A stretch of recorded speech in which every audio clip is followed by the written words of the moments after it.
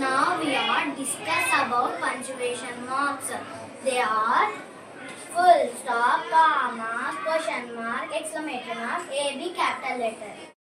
Hi, I am full stop. Use me at the end of the sentence. The sentence contains a simple instruction or command. For example, they are children. Don't go outside. Hi, I am a comma. Used to be separate more than two words. For example, Renu, Shravya are good friends.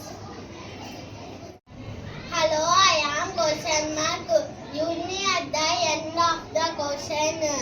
For example, where are you going? Is there any hospital nearby? Hi, I am capital letter. Use me in the beginning of the sentence. The person's days of the week. The places month. For example, Ravi is going to Bangalore. So it's a holiday. Hi, I am exclamatory mark. The sentence